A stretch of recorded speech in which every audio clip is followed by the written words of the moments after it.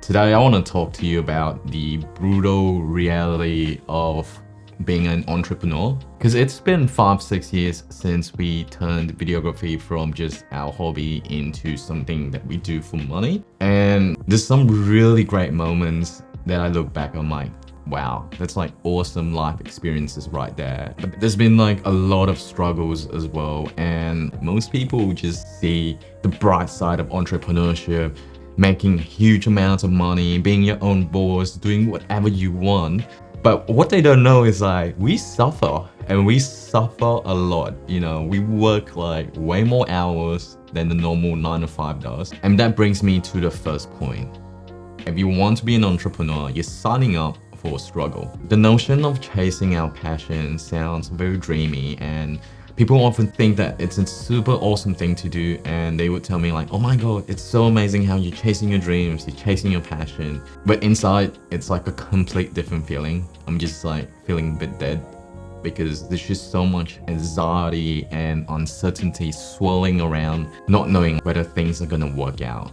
Because at the end of the day, you're your own boss. You set your own tasks, you set your own deadlines, and you set your own direction. The worst thing is you have no idea whether it's gonna work out or not. When you go online, you see people who've literally become millionaires in their first few years of entering the business, and you're like, how are we not making this work? But then you have to recognize that those people who made it in the first few years, they're actually in that 1% of entrepreneurs. The other 99%, they're actually struggling like us, because the media always just shows that 1% of entrepreneurs that actually made it actually become like millionaires. And I think that really distorts the reality of being your own boss and being an entrepreneur quite a lot. So here I am just trying to tell a bit of the truth of what it really is like.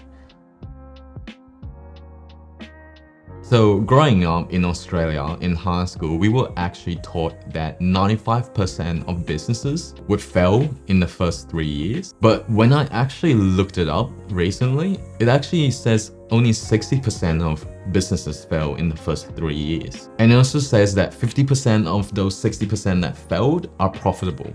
So what it's actually saying is that a lot of the businesses fail because the business owner simply just gave up. And to be honest, that just make the failure rate a lot less scary. So the mentality that you kind of need to have is that you want to go in not being afraid of failure. It's like you're not gonna give up when the moments get tough. I think that's very important.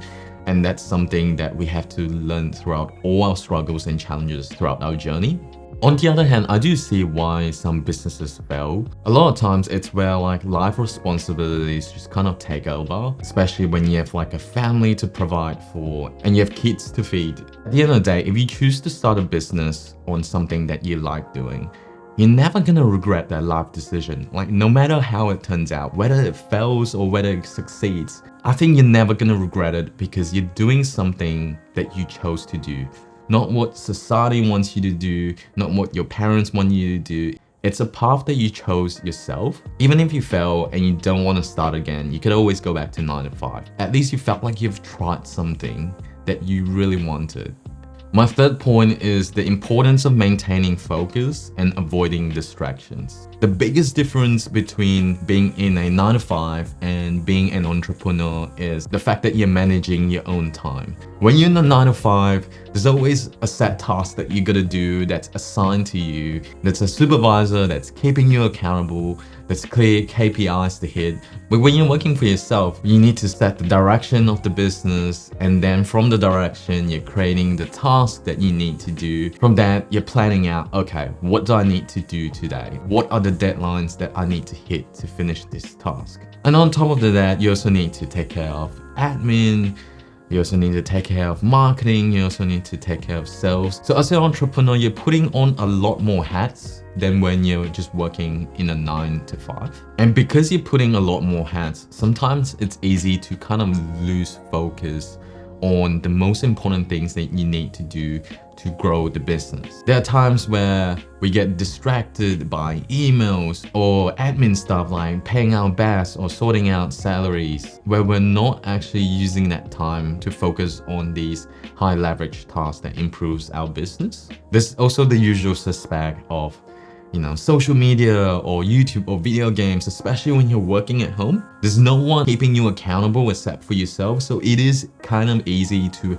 fall victim to these distractions. But the big culprits are actually the life admin stuff, like being sick or dealing with family issues. In a 9 to 5, you're pretty much covered for that because you have paid leave. But as an entrepreneur, when you're not working, you're pretty much not making any money.